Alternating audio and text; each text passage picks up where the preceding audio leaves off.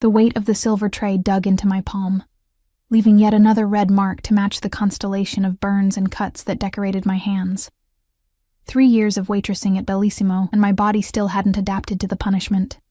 The restaurant hummed with the gentle clinking of crystal glasses and muted conversations of Chicago's elite, their voices a hushed symphony of power and privilege that I had learned to tune out.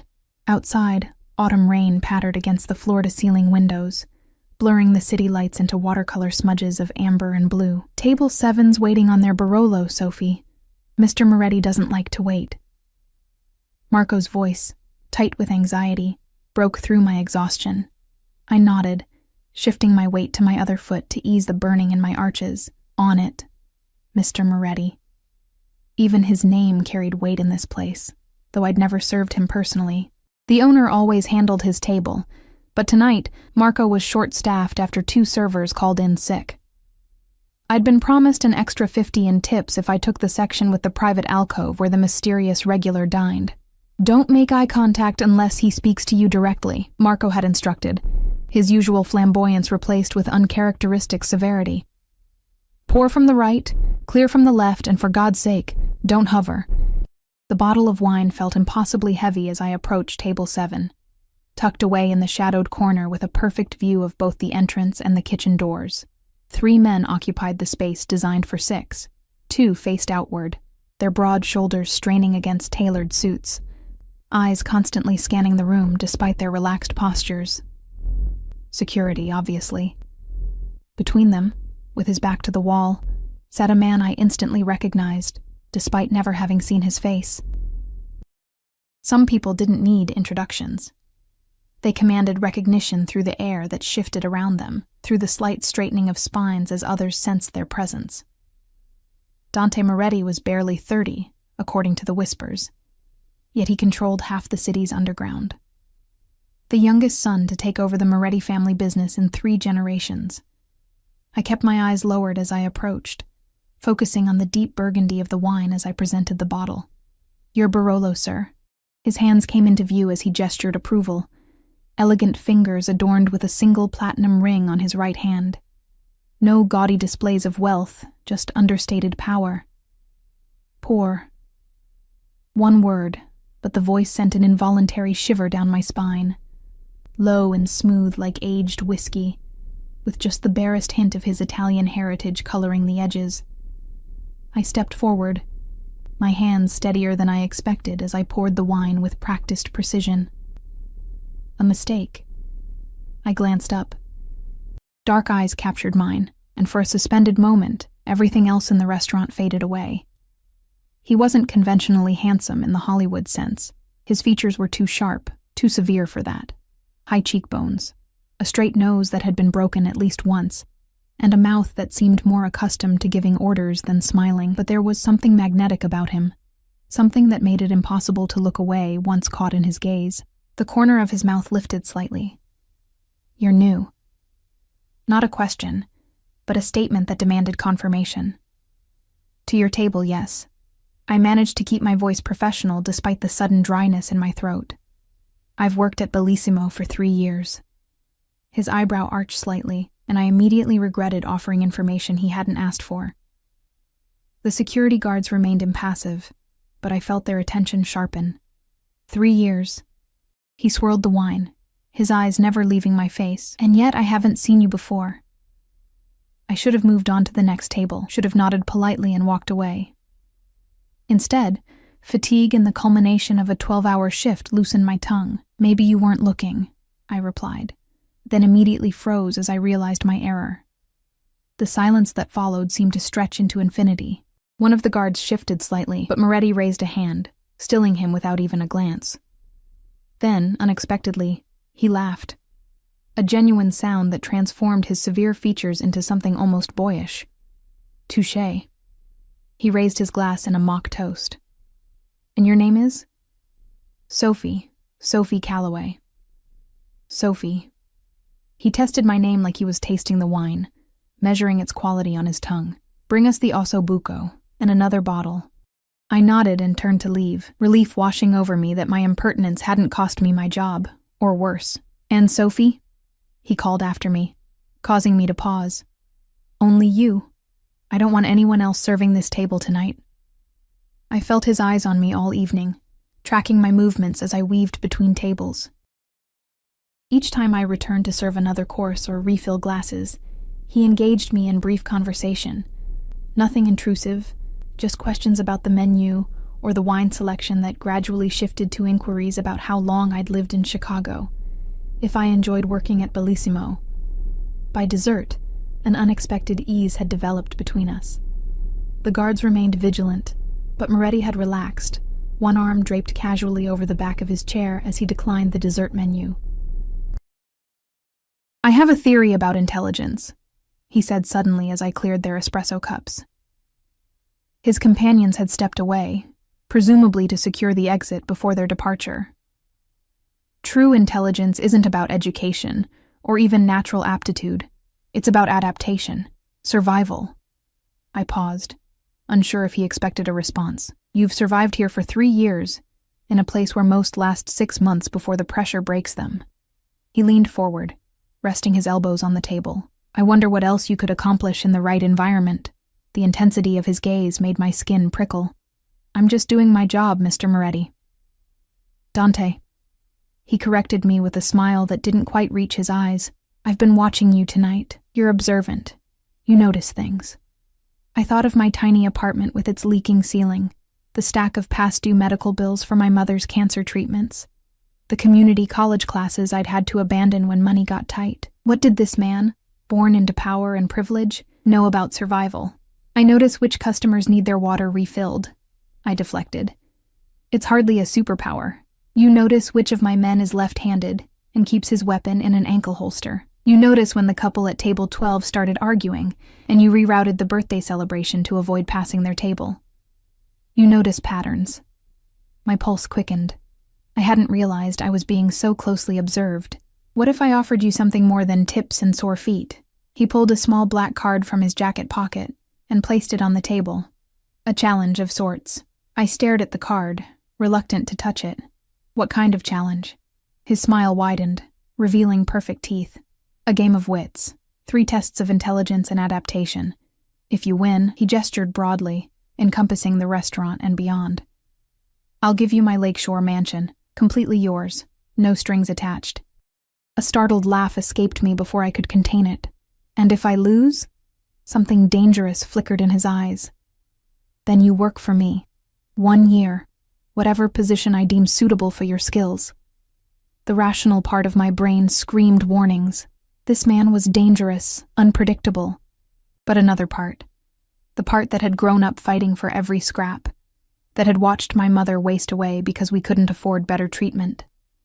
That stared at my ceiling each night wondering if this was all my life would ever be. That part whispered, what if? Why would you offer something like that to a complete stranger? I asked, buying time to think. Dante Moretti leaned back, studying me with those impenetrable dark eyes. Entertainment, he said simply. And perhaps because I've never met someone who could surprise me. I'm curious if you might. His guards returned, standing at a respectful distance. Moretti stood, buttoning his jacket with a fluid motion that spoke of ingrained elegance. Think about it, Sophie Calloway. My driver will be outside at midnight when your shift ends. He placed a folded bill beneath his water glass.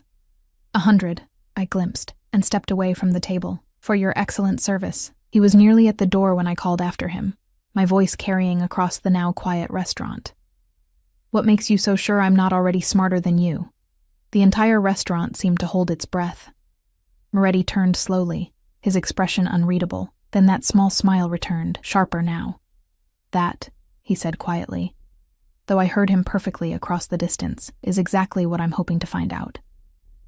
After he left, I picked up the black card. It contained only a phone number, embossed in silver. I slipped it into my apron pocket, telling myself I would throw it away later. But as I finished my shift, collecting generous tips from the remaining tables, I kept touching the card through the fabric, like pressing on a bruise to see if it still hurt. By the time I clocked out at 11:45, exhaustion had settled deep in my bones. I changed out of my uniform in the cramped employee bathroom, staring at my reflection in the spotted mirror. Dark circles shadowed my eyes, and my blonde hair hung limp around my face. I looked exactly like what I was. a 26-year-old waitress with too many responsibilities and too few options.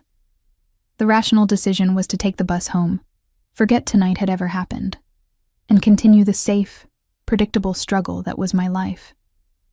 The black car idling outside the employee entrance, its engine a soft purr in the rainy night, represented everything dangerous and unknown. I stepped out into the rain, clutching my worn jacket around me. The back door of the car opened, though no one emerged. An invitation, not a demand. Sometimes the most life-changing decisions feel anticlimactic in the moment. There was no dramatic internal struggle, no weighing of consequences. Just the rain soaking through my shoes, the promise of warmth, and the whisper of possibility.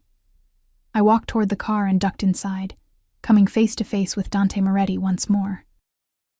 "I was beginning to think you might disappoint me, Sophie," he said, his voice filling the intimate space between us as the door closed with a soft, expensive click. "I'm just curious," I lied, settling into the butter-soft leather seat. "I don't actually believe you'd give away a mansion. I never lie about wagers." His eyes glinted in the passing streetlights, though I should warn you, no one has ever beaten me at this game. "There's a first time for everything," I replied, summoning bravado I didn't feel.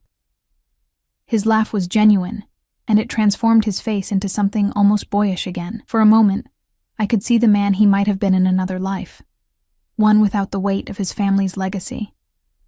"Indeed there is." He leaned forward, close enough that I could smell his cologne, something earthy and expensive. "Let the games begin, Sophie Calloway." The car pulled away from the curb, carrying me toward a future I couldn't begin to imagine. I had just made either the smartest or the stupidest decision of my life, and only time would tell which. The car glided through Chicago's rain-slicked streets, the city's lights blurring into streaks of neon through the tinted windows. Dante sat across from me, his posture relaxed, yet somehow still commanding the entire space. In the dim interior, his features were partially shadowed, making him appear even more enigmatic. "Where are we going?" I asked, trying to keep my voice steady as anxiety and excitement battled within me. "My club," he replied, watching my reaction carefully. "The first test is better conducted somewhere private." Private. The word hung between us, loaded with implications. I fought the urge to fidget under his scrutiny. "And what exactly is this test?" His smile was subtle, but reached his eyes this time. "Patience, Sophie. Part of intelligence is handling the unknown with grace." The car turned onto a street I didn't recognize, pulling up to an unmarked building with a simple black door. No sign, no line of people waiting for entry. Nothing to indicate this was one of the most exclusive clubs in Chicago, if the rumors about Moretti's establishments were true. A mountain of a man opened Dante's door, then mine. The rain had stopped, but puddles reflected the streetlights like scattered mirrors on the sidewalk. Dante offered his hand to help me out, and I hesitated before accepting it. His palm was warm and dry against my cold fingers, the brief contact sending an unexpected jolt through me. "Welcome to Inferno," he said, as the black door opened silently at our approach. Inside was nothing like I'd imagined. No pulsing music or flashing lights. Instead, the space unfolded like a modern interpretation of a 1920s speakeasy. All dark wood, amber lighting, and plush furnishings. A jazz quartet played softly in the corner, and well-dressed patrons engaged in hushed conversations over crystal glasses. Several heads turned our way, expressions ranging from curiosity to calculation, before quickly returning to their conversations. "This way." Dante guided me with a light touch at the small of my back, leading me toward a private elevator guarded by another suited man, who nodded respectfully as we approached. "Your usual table is ready, Mr. Moretti," the guard said, pressing a button that opened the elevator doors. "Thank you, Vincent. We're not to be disturbed unless it's urgent." The elevator ascended smoothly to what must have been the top floor. When the doors opened, we stepped into a space that took my breath away. 3 walls of floor-to-ceiling windows offered a panoramic view of Chicago's skyline, glittering against the night sky now that the rain had cleared. The 4th wall housed a bar stocked with bottles I couldn't begin to identify. A single table was positioned to take advantage of the view, already set with 2 crystal glasses. "Do you like it?" Dante asked, moving to pour amber liquid into each glass. "It's beautiful," I admitted, drawn to the windows. From this height, the city looked like something from a dream, all light and possibility without the grime and struggle I knew existed at street level. "I come here to think," he said, joining me with the glasses. "Some problems require elevation to be properly understood." I accepted the drink, our fingers brushing. "And am I a problem that needs solving?" The corner of his mouth quirked upward. "You're a puzzle I'm looking forward to unlocking." The liquid burned pleasantly as I sipped it. Expensive whiskey, smoky and complex. I wasn't much of a drinker, couldn't afford to be, but I recognized quality when I tasted it. "So," I said, turning to face him fully. "The first test?" Dante gestured to the table. "Please, sit." Once we were seated, he reached into his jacket and withdrew a small wooden box, placing it between us. It was intricately carved with geometric patterns but had no visible opening. "Inside this box is the key to the second test," he explained. "Your challenge is to open it without breaking it." I set my glass down and reached for the box. It was heavier than it looked, the wood smooth beneath my fingers. "Any hints?" "That would defeat the purpose." His eyes gleamed with amusement. "You have 1 hour. And if I fail? Then you lose the wager, and your year of employment begins tomorrow." He checked his watch. "Starting now." I examined the box carefully, turning it over in my hands. No seams, no obvious pressure points. I ran my fingers along every edge and surface, feeling for irregularities. Dante watched me silently, occasionally sipping his whiskey. "May I ask you something while I work on this?" I said, not looking up from the puzzle. "You may ask. I may not answer." "Why me?" "There must be hundreds of people more qualified for whatever job you have in mind." He was quiet for so long that I thought he might not respond. When he did, his voice had lost some of its playful edge. "I've been watching you for longer than you realize, Sophie. Not just tonight." He swirled the remaining whiskey in his glass. "You've caught my eye several times over the past few months." A chill ran through me that had nothing to do with the air conditioning. "That's unsettling." "Is it?"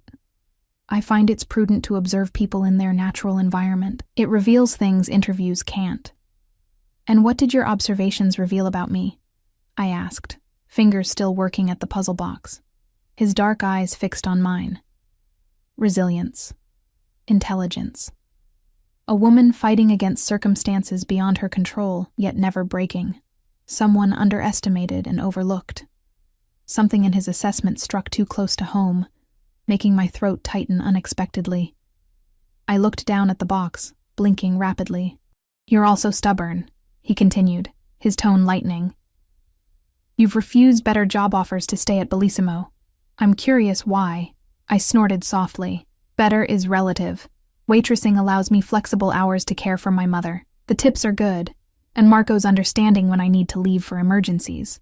Your mother is ill." "Not a question." I nodded, not trusting myself to speak about it. My fingers found a tiny indentation on the bottom of the box, nearly invisible unless you were looking for it. "And your father?" "Left when I was 12, I replied absently, pressing against the indentation. Nothing happened. "Said he wasn't cut out for family life." "Men who abandon their responsibilities deserve whatever fate befalls them," Dante said, a hardness entering his voice that hadn't been there before. I glanced up, surprised by the intensity in his expression. For a moment, I glimpsed something beneath the smooth exterior, a flash of the dangerous man others feared. "Is family important to you?" I asked, genuinely curious. "Family is everything." The conviction in his voice was absolute. "Loyalty, blood, commitment. Without these, what are we but animals?" I returned my attention to the box, processing this revelation. The ruthless Mafia boss with a devotion to family values. It shouldn't have surprised me. Wasn't that the cliché after all? My fingers found another indentation on the opposite side of the box. Then another, 4 in total, 1 on each side of the base. I pressed them simultaneously. Click. The top of the box shifted slightly. I looked up to find Dante watching me with undisguised interest. "You found the trigger points," he observed. "But that's only the first step." I turned the box over again. The top was loose now, but still wouldn't lift. I examined the geometric pattern more carefully, noting how certain lines connected across the surface. It wasn't just decoration. It was a map. "It's a sequence," I murmured, tracing the pattern with my fingertip.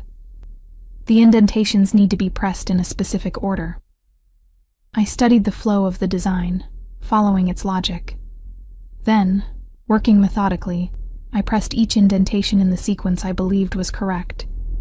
The box remained stubbornly closed. Frustration bubbled up inside me. I took a deep breath, forcing myself to clear my mind and start over. I was overthinking it. I closed my eyes, feeling the pattern beneath my fingertips. What if it wasn't about the pattern, but about what the pattern represented? I opened my eyes and turned the box until the most intricate part of the carving faced me. Hidden within the geometric design was a stylized M, the Moretti family initial. I pressed the indentations in the order that traced the letter. With a soft click, the top of the box slid open. Inside lay a simple silver key. I looked up at Dante, unable to hide my smile of triumph. How much time did I have left? He checked his watch, eyebrows raised. 42 minutes. Impressive. "What does the key open?" I asked, reaching for it. His hand closed over mine before I could touch the key, his skin warm against mine. "That's for the second test, which will take place tomorrow." "Tomorrow?" I withdrew my hand, feeling a strange mixture of disappointment and relief. "But my shift has been covered," he interrupted smoothly. "I've already spoken with Marco. You have the next 3 days off, with pay." My temper flared. "You had no right to." "I had every right," he countered, his voice remaining calm but taking on an edge that silenced my protest. "You accepted the wager, Sophie. 3 tests. Did you think they would all be completed in one evening?" Put like that, I supposed it was reasonable, yet the high-handedness of his actions grated against my independence. "My mother needs— Your mother will be looked after," he said, softening his tone. "I've arranged for a private nurse to visit daily while you're with me." I stared at him, speechless. "How did you even know about— As I said, I've been watching you." He pocketed the key and closed the box with a decisive click. "You should know what you're getting into, Sophie. I don't do anything halfway." Warning bells rang in my head, yet mingled with them was a treacherous whisper of temptation. No one had ever offered to help with my mother before. No one had ever truly seen the weight I carried. "Why go to all this trouble?" I asked finally. "If you want to hire me, just make an offer." Dante leaned forward, his dark eyes intent on mine. "Because I want more than just your skills, Sophie. I want your trust, your loyalty. Things that can't be bought, they must be earned. And you think this game will earn them? I think it will show you who I am and who you could be." He stood, offering his hand. "It's late. My driver will take you home. Tomorrow morning at 9, he'll collect you for the second test." I rose without taking his hand, needing to maintain some semblance of independence. "And if I decide not to continue?" His expression hardened almost imperceptibly. "Then you forfeit, and our original agreement stands. 1 year of service." We descended in the elevator in silence, the air between us charged with unspoken thoughts. At the club's entrance, Dante's driver waited with the car. Before I could step outside, Dante caught my wrist gently. "There's one more thing you should know," he said, his voice low. "I don't lose, Sophie. Ever. But I find myself hoping you might prove exceptional." The intensity in his eyes made my pulse quicken. I pulled my wrist free, needing distance from the confusing emotions his proximity evoked. "Good night, Mr. Moretti." His smile returned, that dangerous edge softening just for a moment. "Dante, remember, we're beyond formalities now." As the car pulled away from the curb, I watched his figure grow smaller in the rear window, standing motionless outside his club. Only when he disappeared from view did I realize I was still clutching the empty puzzle box, my fingers tracing the hidden M in its design over and over. Sleep eluded me that night, my mind racing with thoughts of dark eyes and puzzle boxes. My apartment felt smaller than usual, the water stain on the ceiling more pronounced, the ancient radiators clanking louder. Everything I'd accepted as normal suddenly felt temporary, as if my life had been placed in quotation marks. At 6 a.m, I gave up on sleep and checked on my mother. She was resting peacefully, the soft whistle of her breathing a familiar comfort.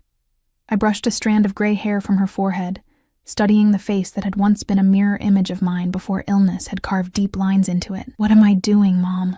I whispered, though I knew she couldn't hear me. The heavy medication kept her pain at bay, but also kept her adrift in a foggy half-consciousness most days. I made coffee and sat by the window, watching dawn break over the city. The puzzle box sat on my kitchen table where I'd left it, a physical reminder that last night hadn't been a dream. I picked it up, examining the craftsmanship more carefully in the morning light. It was exquisite work, custom-made, certainly, the kind of object owned by people who never had to check price tags. At precisely 8:30, my phone rang. Unknown number. "Hello?" "Ms. Calloway." A man's voice, not Dante's. "The car will arrive in 30 minutes. I hesitated, suddenly uncertain. "Who is this?" "Mr. Moretti's head of security. A nurse will arrive for your mother at 9 and stay until 6 this evening." He paused. "Will that be sufficient?" The question caught me off guard. "Yes, that's fine. Thank you." "The car will be waiting downstairs." He hung up without further pleasantries.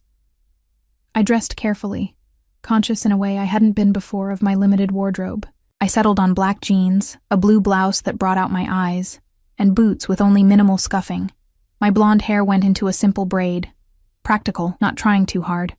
I had no idea what the second test would entail, but I wanted to be comfortable and mobile. True to his word, a sleek black car idled outside my building at 9. The same driver held the door, nodding respectfully as I approached. Inside, I was surprised to find myself alone. No Dante waiting with enigmatic smiles and expensive whiskey. "Where are we going?" I asked the driver once we'd pulled away from the curb. "Mr. Moretti will meet you there, ma'am." I settled back against the leather seat, watching the city transform as we drove north. Dilapidated buildings gave way to gleaming towers, cramped convenience stores to boutiques with artfully minimalist window displays. We were heading toward the Gold Coast, Chicago's wealthiest neighborhood. The car eventually turned into a private drive, stopping before an imposing limestone building. Old money, pre-war architecture, the kind of residence that had weathered the Great Depression without noticing. A doorman stepped forward immediately, opening my door. "Ms. Calloway, welcome to the Astor. Mr. Moretti is expecting you in the penthouse." The lobby was all marble and mirrors, a chandelier that looked like it belonged in a European palace, casting rainbow prisms across the polished floor. I followed the doorman to a private elevator that required a key card to access. "Mr. Moretti has arranged temporary access for you," he explained, handing me a gold-embossed card. "This will take you directly to the penthouse." Alone in the elevator, I took a deep breath, steeling myself. Whatever game Dante was playing, I needed to keep my wits about me. This wasn't just about a mansion anymore. It was about proving something to myself. The elevator opened directly into a foyer larger than my entire apartment. Floor-to-ceiling windows revealed a breathtaking view of Lake Michigan, its surface glittering in the morning sun. The space was decorated in shades of cream and gold, elegant yet somehow restrained. Speaking of wealth that didn't need to announce itself. "Sophie." Dante's voice came from my right. He stood in the doorway to what appeared to be a study, dressed more casually than I'd seen him before.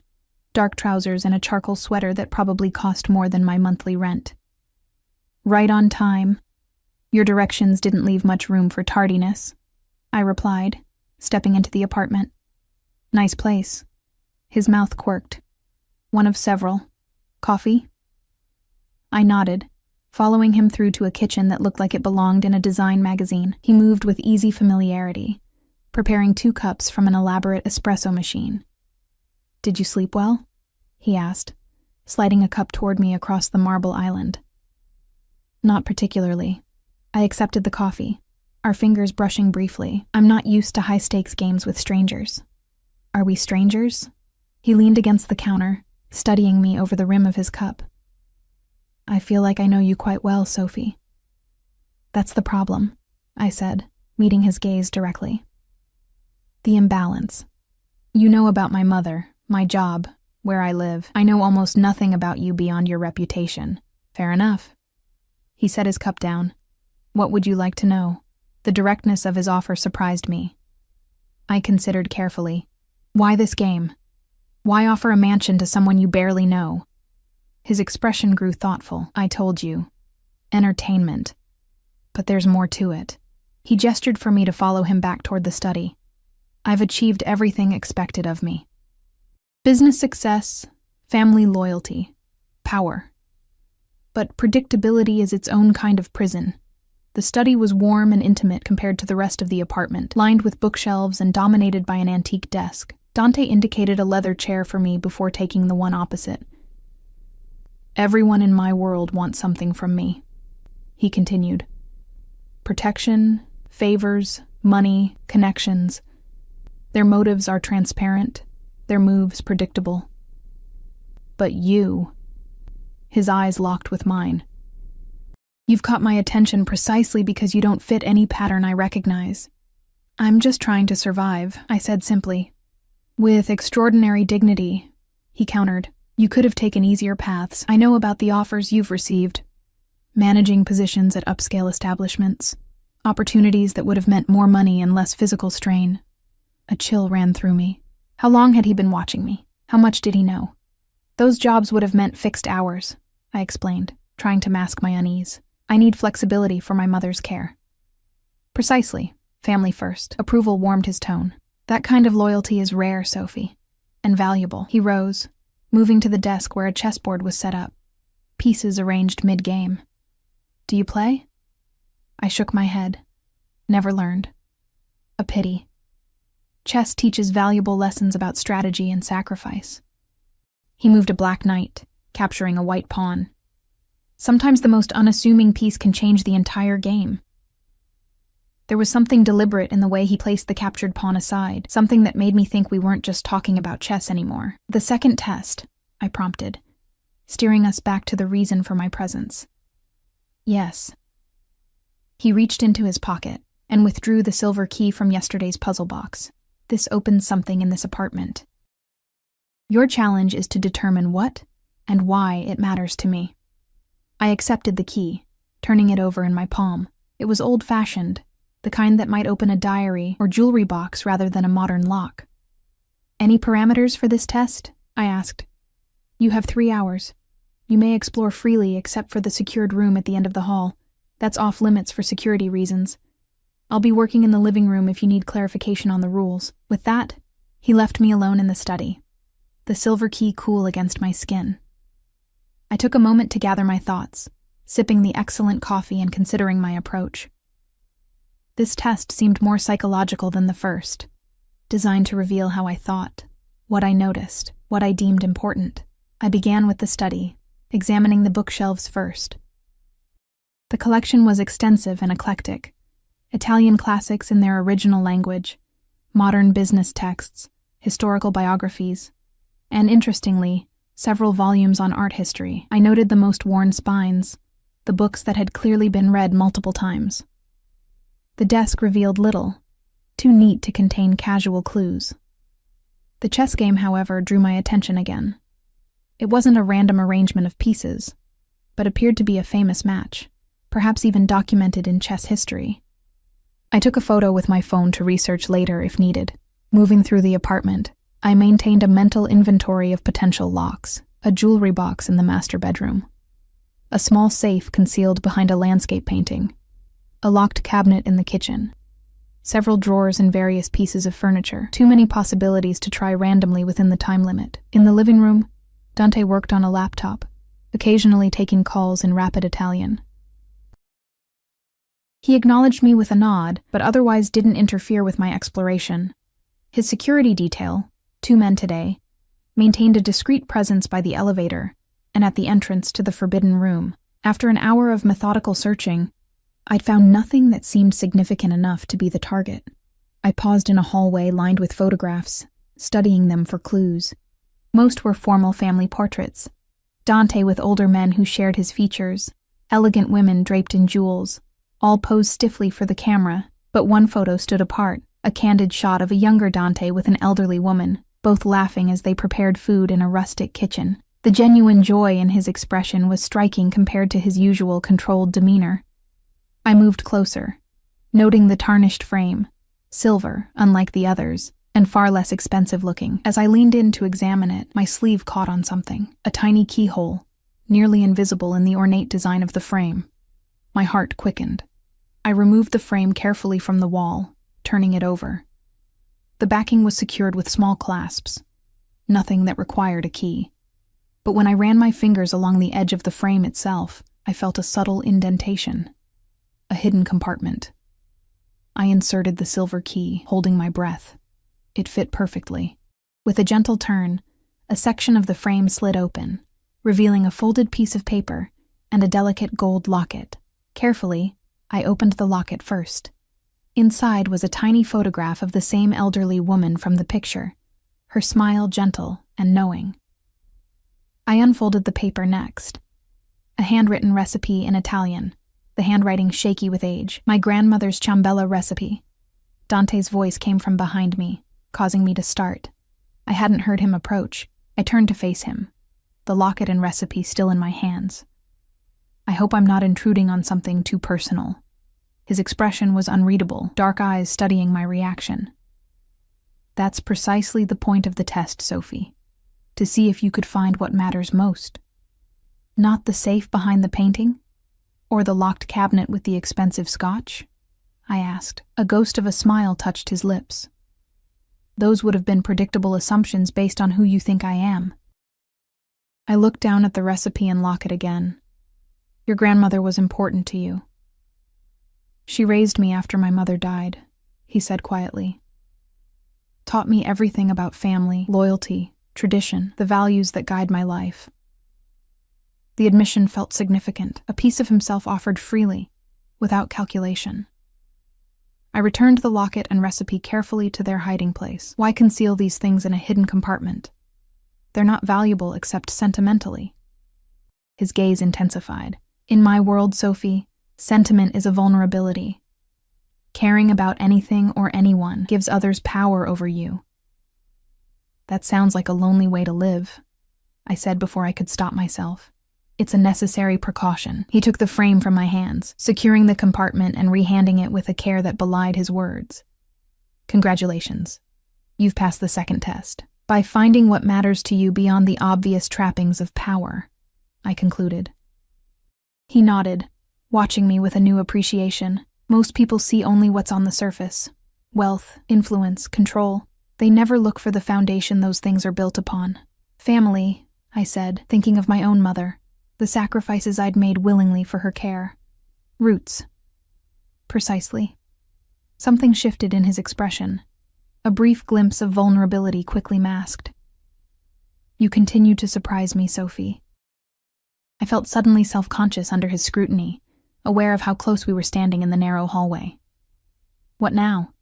Is there a third test today? No. He stepped back slightly, the moment broken. Tonight, you dine with me. Tomorrow the final test. And if I pass that one, then the mansion is yours, as promised. His smile returned, with that edge of danger that reminded me who he really was beneath the civilized veneer, though I'm beginning to think I may have underestimated you. Dante insisted I accompany him to select an outfit for dinner, brushing aside my protests that my clothes at home would suffice. The third test requires a specific setting, he explained as we rode in his car toward Michigan Avenue. Consider this preparation, not charity. I bit my tongue, swallowing pride that I couldn't afford. His driver took us to a boutique with no visible price tags, always a dangerous sign for someone accustomed to clearance racks. A sleek woman greeted Dante by name, her eyes assessing me with professional interest. Something elegant but understated, he instructed her, for tonight's event. I was whisked away to a fitting room while Dante settled into a leather chair with his phone. The next hour passed in a blur of silk, cashmere, and fabrics I couldn't name but instantly recognized as luxury against my skin. Each time I emerged, Dante would look up, his dark eyes appraising me with an intensity that made my cheeks warm. That one, he finally said when I appeared in a midnight blue dress that fell just above my knees, its deceptively simple cut revealing careful tailoring. Perfect. The saleswoman beamed. Excellent choice, Mr. Moretti. Shall we add suitable accessories? Before I could protest, I was presented with delicate silver jewelry and Italian leather heels. Throughout the process, Dante maintained an air of detached interest, offering opinions only when asked directly. Yet I felt his attention like a physical presence, cataloging my reactions, noting my hesitations. When I finally stood fully dressed before a three-way mirror, I barely recognized myself. The woman reflected back wasn't a waitress with perpetual dark circles and practical clothing. She looked confident, elegant, as if she belonged in Dante Moretti's world. "Beautiful," he said quietly, appearing behind me in the mirror. His eyes met mine in the reflection, something unreadable flickering in their depths. "But then, you always were." The compliment caught me off guard, sincere in a way his practiced charm wasn't. I looked down, unsure how to respond. "Thank you for this. I'll pay you back after. Consider it part of our wager," he interrupted smoothly. "Tools for the challenge ahead." He insisted I wear the outfit immediately, having my old clothes sent to my apartment. As we left the boutique, his hand rested lightly at the small of my back. Proprietary, protective, impossible to interpret. "There's time before dinner," he said as we slid back into the car. "Would you like to see it?" "See what?" "The mansion. Your potential prize." Curiosity overwhelmed caution. Yes. The drive took us north along Lakeshore Drive, past the exclusive neighborhoods of the Gold Coast, and into the even more rarefied air of the North Shore suburbs. Eventually, we turned onto a private drive shrouded by ancient oak trees, their branches forming a natural canopy that separated this property from the outside world. When the trees parted, I couldn't contain a soft gasp.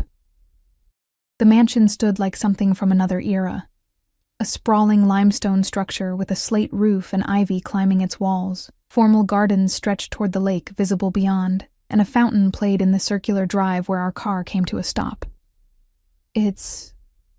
Words failed me. "Built in 1929, just before the crash," Dante supplied, watching my reaction closely. 6 bedrooms, 8 bathrooms, library, conservatory, wine cellar. The grounds cover 4 acres with private lake access. I stepped out of the car, trying to comprehend the scale of what I was seeing. "It must be worth more than you could earn in several lifetimes," he finished bluntly. "Does that intimidate you?" I turned to face him, studying his expression. "Why would you gamble something like this on 3 tests? It doesn't make sense." Something darkened in his gaze. "Perhaps I'm more certain of winning than you realize. Or perhaps there's something you're not telling me about this place." His smile was slow, appreciative, perceptive. "Let me show you inside." The interior matched the grandeur of the exterior. Soaring ceilings, marble floors, antique furniture that probably belonged in museums. But as Dante led me through the rooms, I noticed subtle details that puzzled me. A woman's cashmere throw draped over a chaise, fresh flowers arranged in a vase, recent magazines on a coffee table. "Someone lives here," I said, stopping in a sitting room overlooking the lake. Dante's expression remained neutral. "Until recently, yes." "Who?" He studied me for a long moment. "My wife." The word hit me like a physical blow. "You're married?" I took an instinctive step back, feeling suddenly foolish in the dress he'd bought me. "Widowed," he corrected, his voice flat. 8 months ago." Shame replaced shock. "I'm sorry. I didn't know. Few people do." He moved to the windows, looking out at the lake. Mia preferred privacy. Our marriage I remained silent, complicated, sensing there was more to the story. Unsure if I wanted to hear it. "This was her sanctuary," he continued after a pause. "I haven't changed anything since she died." Understanding dawned slowly. "The mansion. You're not really giving it away, are you?" He turned back to me, his expression unreadable. "I made a promise, Sophie. If you win the 3rd test, this place is yours. But it's your wife's home." "Ex-wife," he corrected, something hardening in his tone. "And I have my reasons for wanting to be rid of it." The atmosphere had shifted, tension crackling between us. I felt suddenly out of my depth, a pawn in a game whose rules I didn't fully understand. Whatever Dante's relationship with his late wife had been, it had left wounds that hadn't healed. "Perhaps we should go," I suggested quietly. He checked his watch. "Yes. Our dinner reservation is in an hour." The drive back into the city passed in strained silence. I stared out the window, processing this new information. A widower at 30, an empty mansion preserved like a mausoleum. And beneath it all, currents of emotion I couldn't begin to navigate. The restaurant was exclusive even by Chicago's standards, a converted townhouse with only 12 tables, each separated from the others by clever architectural features that created the illusion of private dining rooms. The maitre d' greeted Dante with the deference reserved for valued regulars, leading us to a corner table overlooking a small courtyard garden, illuminated by fairy lights. "Mr. Moretti, always a pleasure. Your usual wine." Dante nodded, pulling out my chair before taking his own. Once we were alone, he seemed to shed some of the darkness that had enveloped him at the mansion. "I apologize for my mood earlier," he said, surprising me with his directness. The house brings back complicated memories. I studied him across the table, this enigmatic man who veered between calculated charm and genuine vulnerability. "You don't have to explain." "But I do." His eyes met mine. The third test requires context. The sommelier appeared with a bottle, going through the ritual of presentation and tasting before pouring 2 glasses and disappearing as discreetly as he'd arrived. Dante raised his glass slightly. "To unexpected connections." I mirrored his gesture, taking a small sip of what was undoubtedly an astronomically expensive wine. "Tell me about your wife," I said, deciding directness was the only approach that made sense anymore. His expression flickered with surprise before settling into something more guarded. "Mia was brilliant, an art historian from an old Venetian family. We married young, a merger of interests as much as a romance." "A business arrangement?" I asked. "Initially." He traced the rim of his glass with one finger. "Her family had connections mine needed. My family had the financial stability hers lacked. But over time, it became more." "You fell in love." A shadow crossed his features. "In my own way, yes. Mia was complex, fiercely independent, sometimes reckless. She had a talent for finding beauty in darkness." The way he spoke of her, a mixture of admiration, frustration, and lingering pain, made me wonder about the true nature of their relationship. "What happened to her?" "Car accident." His response was clipped, final. The official version, at least. My blood chilled at the implication. "And the unofficial version?" His eyes locked with mine, measuring me. "That's part of the third test, Sophie. How much truth can you handle? How far are you willing to go to uncover it?" Before I could respond, the waiter arrived with our first course, delicate plates of artfully arranged seafood. Dante shifted seamlessly into the role of charming dinner companion, asking about my preferences, recommending dishes, steering the conversation to lighter topics. Throughout the meal, I found myself drawn to him despite my misgivings. His intelligence was evident in his observations about art, politics, and human nature. His attention never wavered from me, no checking phones or scanning the room as most men did. When he listened completely, as though my thoughts on the most mundane topics were worthy of his full consideration. By dessert, the earlier tension had dissolved into something more dangerous, a connection I couldn't dismiss as mere manipulation. Whatever game Dante was playing, he was playing it with parts of himself that were genuinely real. "Tomorrow," he said as we finished our coffee, "the final test will begin at noon. It will be different from the others." "How so?" "The first 2 tests measured your intelligence and perceptiveness. The third will test your courage." His expression grew serious. "You can still walk away, Sophie. Keep your job at Bellissimo. Return to your life. I'll consider our wager void." The offer was tempting. In 2 days, Dante Moretti had upended everything familiar about my existence, making me question choices I'd never thought to examine. Walking away would mean returning to safety, grueling shifts, medical bills, and the slow suffocation of limited options. But safety, nonetheless. "And if I don't walk away?" I asked quietly. Something dangerous flickered in his eyes. "Then you commit to seeing this through, whatever it reveals. About me. About yourself." "That sounds more like a warning than a test description. Perhaps it's both." He signaled for the check, signing without even glancing at the total. Your choice, Sophie. But choose carefully.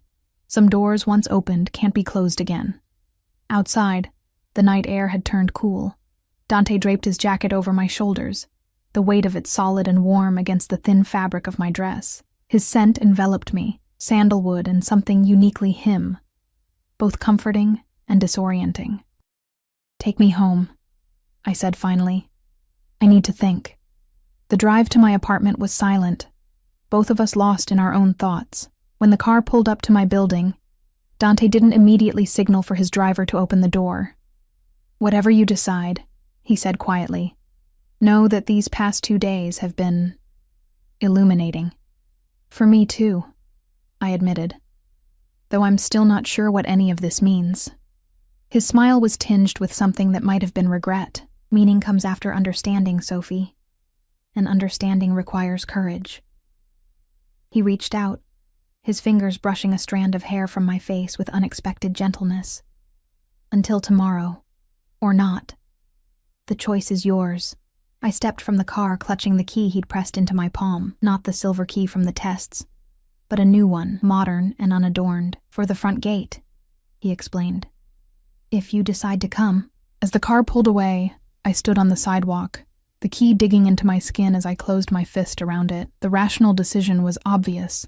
Walk away from whatever dangerous game Dante Moretti was playing, return the borrowed finery, forget about mansions and tests, and resume the life I understood. But as I climbed the stairs to my apartment, I knew rationality had little to do with the choice I was already making. Morning arrived with indecision still weighing heavily on my mind.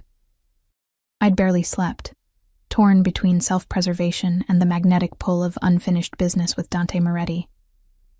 My mother seemed more lucid than usual during breakfast, studying me with eyes that missed nothing despite her frail condition.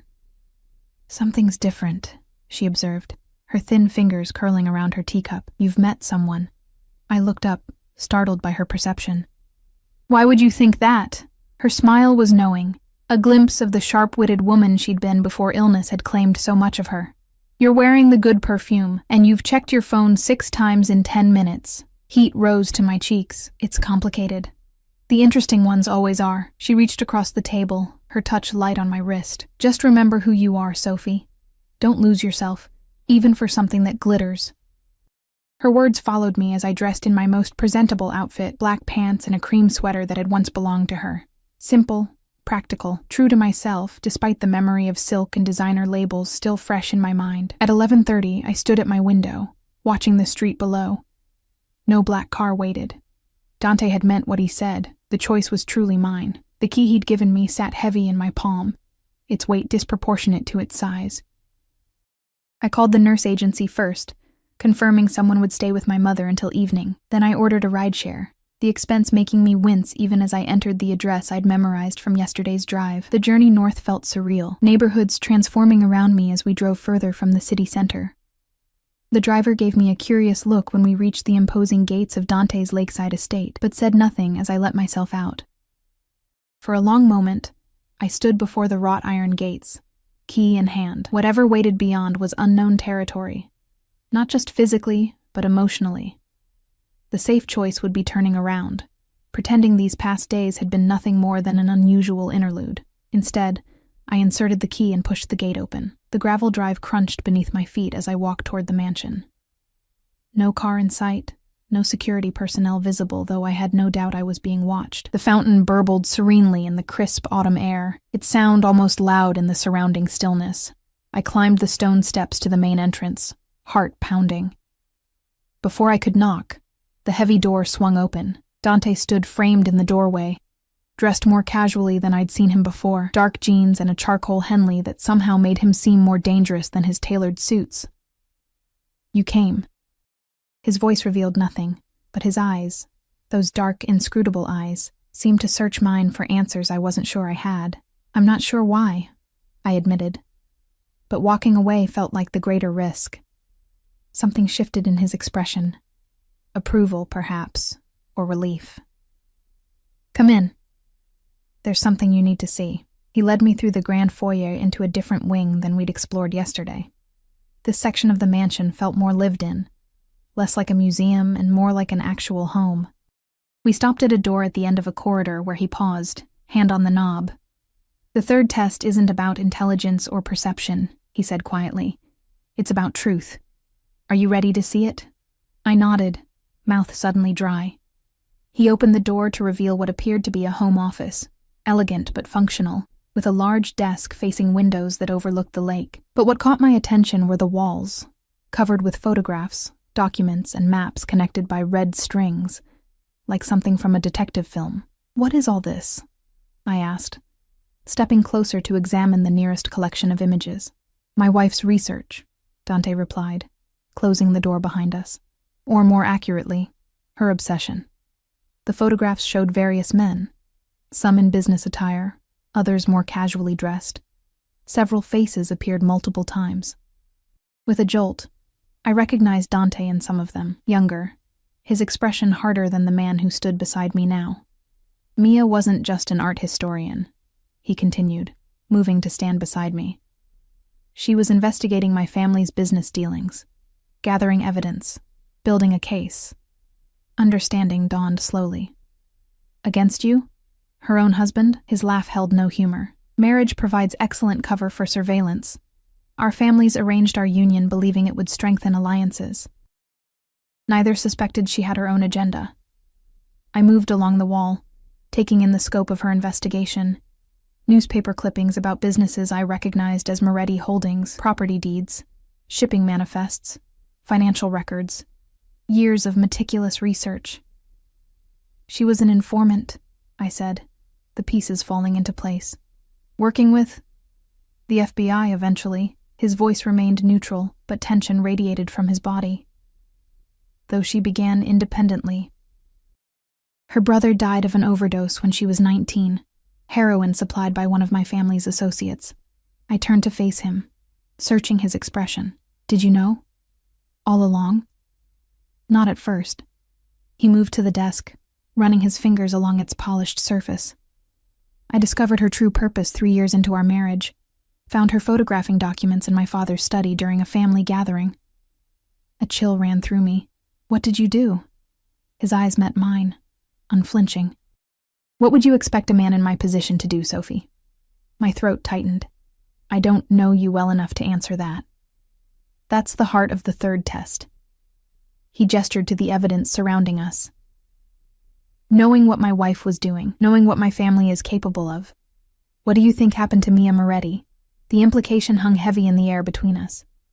I studied him carefully, this man who had entered my life with puzzles and wagers, whose world existed in shadows I'd only glimpsed. "You said she died in a car accident," I said slowly. "But you implied that was just the official story." "Yes." He watched me intently, waiting.